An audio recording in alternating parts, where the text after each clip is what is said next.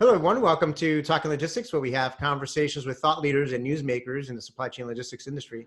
It's my great pleasure to welcome today's program, Sophie Dabbs, who is Senior Vice President of Solutions Engineering at Transportation Insight.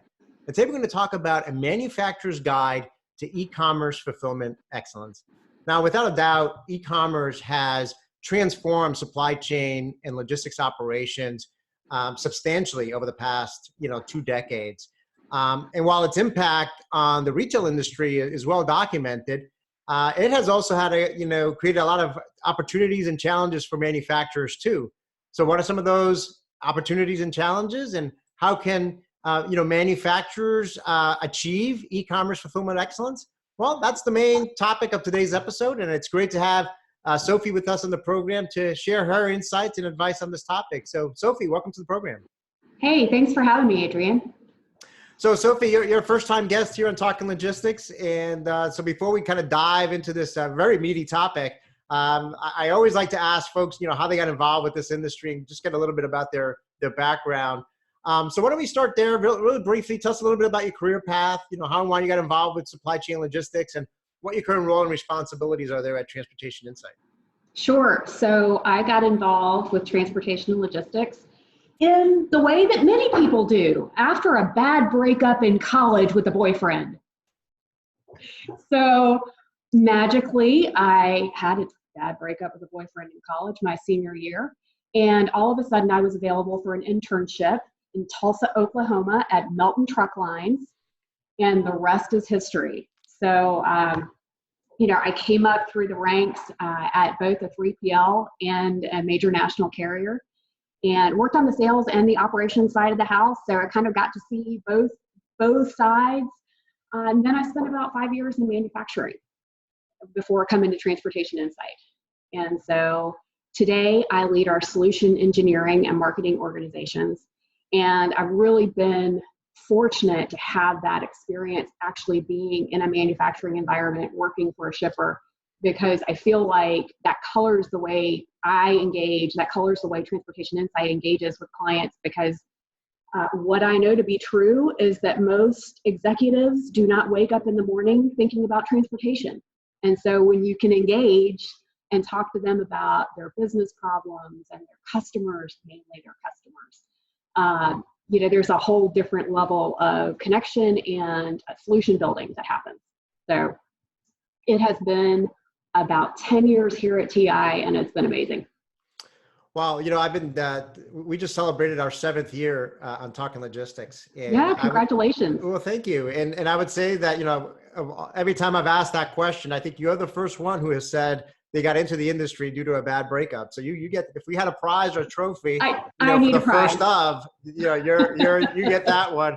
But it's great. I mean, great background, particularly working in different nodes of the supply chain, if you will, because I think it's so important to really see, what's happening in the day-to-day world of supply chain logistics from these different perspectives: a carrier, 3PL, manufacturer, shipper, because it does, when you are able to kind of walk in their shoes, you're able to appreciate the challenges and opportunities that arise on a day-to-day basis. And like I said in my opening comments, nothing is kind of creating more challenges and opportunities than e-commerce. And, like I said, there's been a lot of talk about the impact of e-commerce and the quote unquote Amazon effect on retailers, but what's been the impact on manufacturers? Well, like you said earlier, I don't think anybody can deny that it's really upended the manufacturing world, because they're trying to figure out how do they compete, how do they engage, how do they both support their retail customers as well as break into the e-commerce space themselves.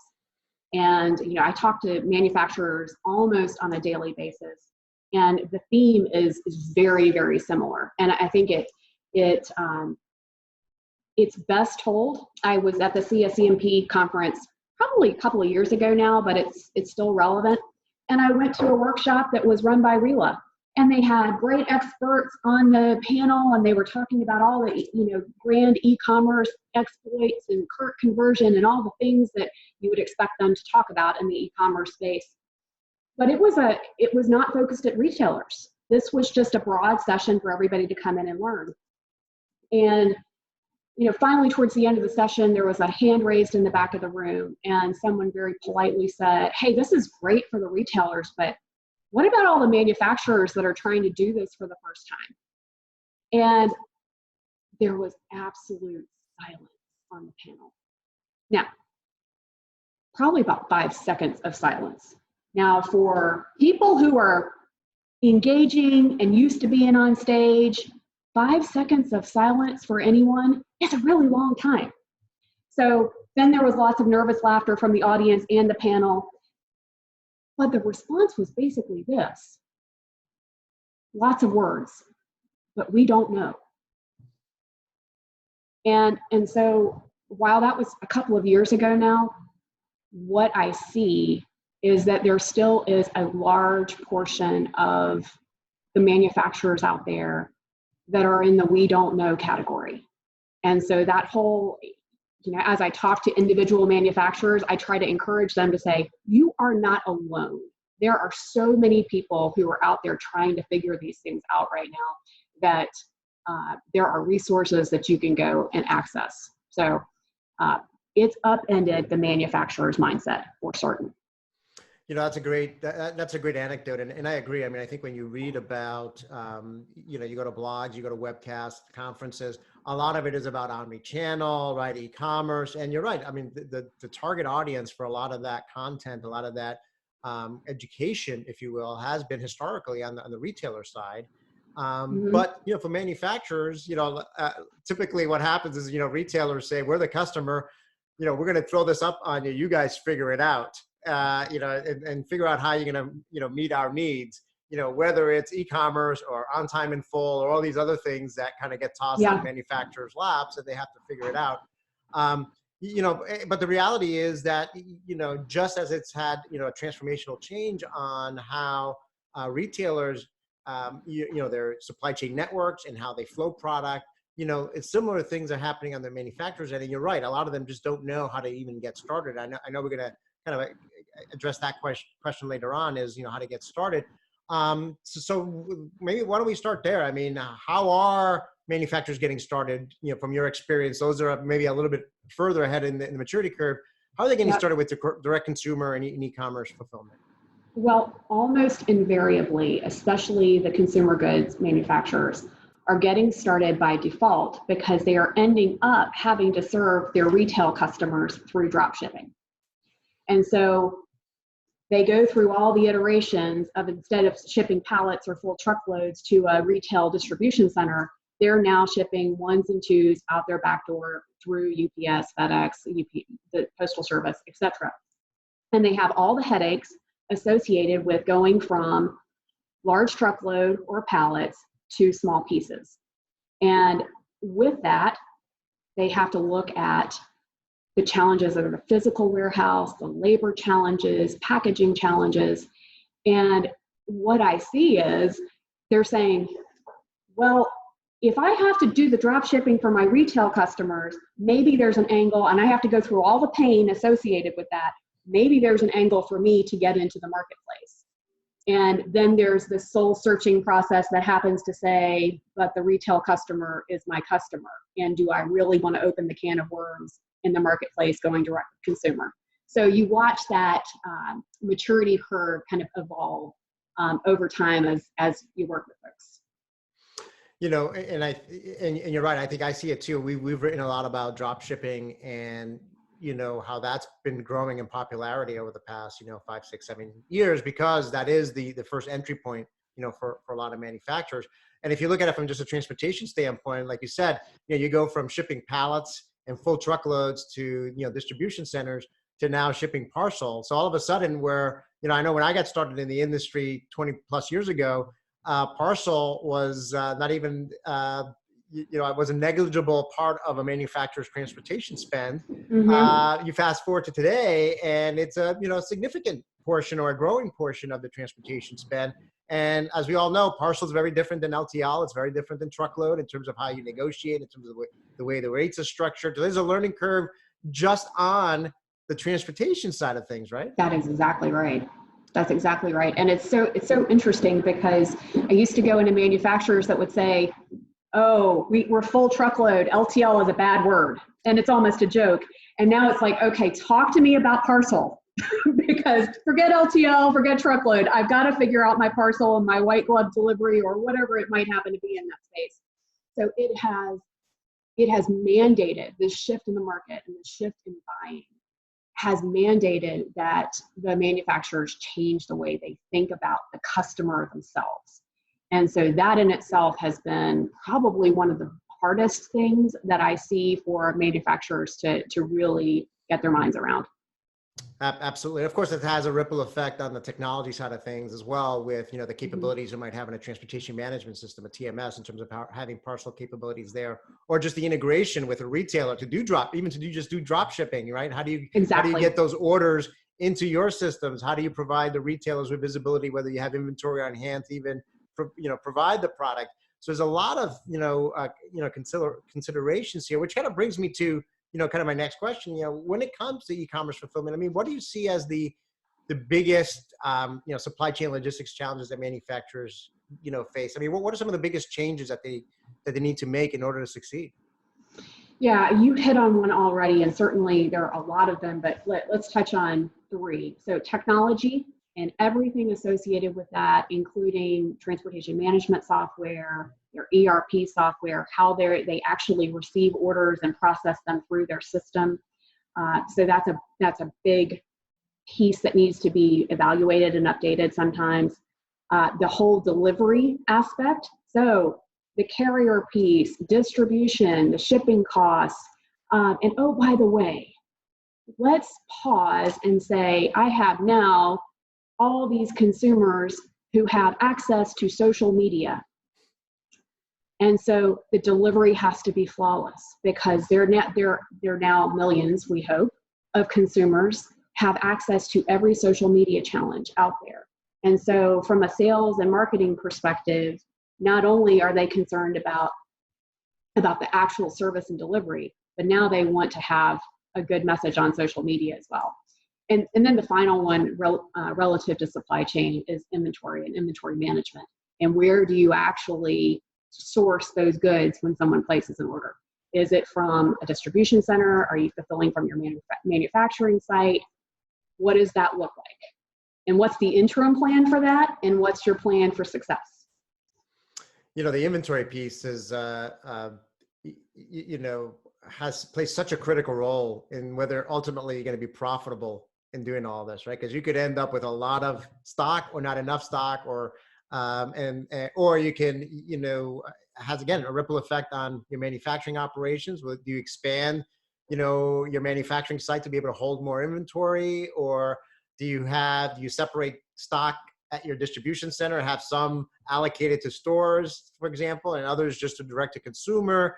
So a lot of questions there that just like retailers, manufacturers really have to, think through. And I think this leads me to my next question. So I think for a lot of manufacturers, particularly those that are trying to come up to speed real quick, they may say, all right, do we try to build all of this in-house and try to bring in the expertise in-house? And how quickly can we get there? Or is this an area that perhaps we should partner with a third party, to help us answer these questions, to help us manage, through this process? So how can a third party partner help manufacturers navigate, through these challenges and changes? And ultimately, what capabilities should they look for in a partner? Yeah, so I think that one of the biggest challenges is really aligning yourself with the right partner. And I would actually say right partners, plural, because there is the whole supply chain delivery piece of the partnership. And certainly you want to look for things like experience. I have a story, I have done it before. And we can talk about the technology and the physical facilities and the locations, but experience, flexibility. The market is changing almost daily. How is that partner helping you navigate through that? And so from a distribution and a transportation perspective, there are angles that you need to look for there, but from a digital marketing expertise perspective, how are they helping you get ahead? And then the final thing is innovation. There are so many things that are moving right now concurrently. and no one has a crystal ball to say, this is what it's going to be. Look for the way people think. Are they thinking ahead? Give examples of innovation. Why do you believe this person can actually, or these people can actually help you? So you'll find as you go through an evaluation process of distribution centers or logistics providers or technology platforms, that many of the features and the benefits are the same. They are. Look at how the pieces come together and that partnership that you can form with them. You know, I love that you talked about experience and expertise, because I think that speaks to the human element, the people element of this, right? So we always focus a lot, like you just said right now, we focus a lot about the physical aspects of the supply chain, right? How many distribution centers do you have? Do you have automation equipment in those facilities to handle parcel and so forth? And in many ways, those are requirements, but they become table stakes, because anybody that's been doing this for a while, you know, it's hard to differentiate one another. But the real differentiators are those things that you really talked about, right? That expertise and the human element, the flexibility, because we all know that this is a rapidly changing you know, environment here. So how flexible can your partner react to what's happening in the industry, and even ideally, to your third point, innovation, not just react, but be ahead of the curve, right? And be set up for the next wave of innovation and change that's coming. So you triggered a thought. You want to partner with someone who is willing to have a hard conversation with you when they see you going down a path that has risk that you don't understand. And that is something, when you speak to the people and the expertise, that professional courage to really engage you at a level that they can indicate how much they care for you and your business, is something that if you can pick your partner, pick somebody who does that. Love that. Love that. I think that's definitely going to be something to underscore and think about. So is there kind of an area in your experience of e-commerce fulfillment that you think many manufacturers overlook? Yeah. So I could probably name a couple, but I think the biggest thing, because we all plan for success, the biggest thing is thinking through how they're going to manage returns. So the stats today, because these are well researched, the stats today, everything that is bought online, 30% coming back. 30% is a lot. Even if it's a significantly lower number, having thought through how you're going to process those returns, how you're going to return them to inventory or not, what does that look like, both from a systematic perspective as well as a physical facility perspective, is a big deal. And if it's overlooked, it becomes problematic fairly quickly. You know, I love that you mentioned that, because you know, a couple of years ago, I wrote a post on Talking Logistics called, you know, holiday returns, the hangover migraine of logistics, basically, because, you know, everyone's so focused on selling as much as possible over the holiday season. But just as you just said, a very large percentage of those products that are bought get returned. And the reality is, this is true for retailers and especially manufacturers. They lack the systems, the expertise, the processes, the metrics, you name it, to effectively disposition and handle, you know, returns. So I'm glad you brought that up, because that is something that certainly retailers have overlooked, and you could argue that they're ahead of the curve with this whole e-commerce thing. Agreed. So it's something that manufacturers can arguably perhaps, you know, learn from some of the mistakes that retailers have done in this area, and try to get up and you know, move ahead of the curve in this respect. Well, and returns are such a challenge that many of the carriers, the small parcel providers, are coming up with solutions. Many of the third-party logistics companies are coming up with creative solutions to help not just handle returns, but avoid them. But I also think it's interesting as consumers, you know, if you remember the old service merchandise model, you know, returns are such a big challenge. How is the market going to look 2, 3, 4, 5 years from now, when we don't have retail stores that have every size that we wear, for example? What might that look like, as opposed to buying 7 pairs of gray jeans and returning 6 of them? I don't know anyone who did that. What might the future look like relative to how we actually buy. So I think returns and the cost associated with that may actually drive change in the industry eventually. Absolutely, absolutely. Well, Sophie, I mean, this is a topic that we could literally have a 2-day conference on. And No in doubt. fact, you there at Transportation Insight, you published a white paper recently with the same title, Manufacturer's Guide to E-commerce Fulfillment Excellence, I believe, that really goes into a lot more detail in a lot of things that we talked about today. But so I invite our viewers to check that paper out because it really provides a lot of great insight and advice there. But kind of as a way to wrap up here our conversation, I mean, what do you view as the smartest thing that a manufacturer can do moving forward to position themselves for e-commerce fulfillment success? And conversely, what is the biggest mistake they can make? Yeah, so I think it's kind of a twofer here. Surround yourself with experts, both from a fulfillment and a logistics perspective, as well as digital marketing, because not doing that, it becomes problematic fairly fast. And after working in manufacturing for several years, what I know is folks have made their careers being an expert in how to serve and deliver to their business customers. And what I also see now working on the third-party logistics side is that you have to behave differently. So Mark Twain has this great quote, something like, "It ain't what you don't know that hurts you, it's what you know for sure that just ain't so." That is what I see playing out. And so surround yourself with experts who can challenge you, who can bring new ideas to you, and do your research, no doubt about it, but trust them. They've got lots of war stories. They probably have lots of references, but trust them. Well, with that, I think, ending on those great words of advice, and of course, with a Mark Twain quote, you can't get any better than Mark Twain to really hit the nail on the head sometimes with some of these things. Sophie, I think, like I said, we just managed to scratch the surface on this topic, but you provided some great insights and advice, for manufacturers on how to, get started and some of the things that you ought to be thinking about as they try to navigate the different challenges and opportunities with e-commerce fulfillment. So again, thank you for making the time to be with us today. Yeah, thanks, Adrian. It's been great. And I want to thank those of you that joined us. If you're watching this episode on demand, either at the Transportation Insight website or on Talking Logistics, and you've got a question or a comment for Sophie, you can post it there and she'll be more than happy to respond via that medium. Again, thank you for joining us and look forward to seeing you in a future episode of Talking Logistics. Have a great day.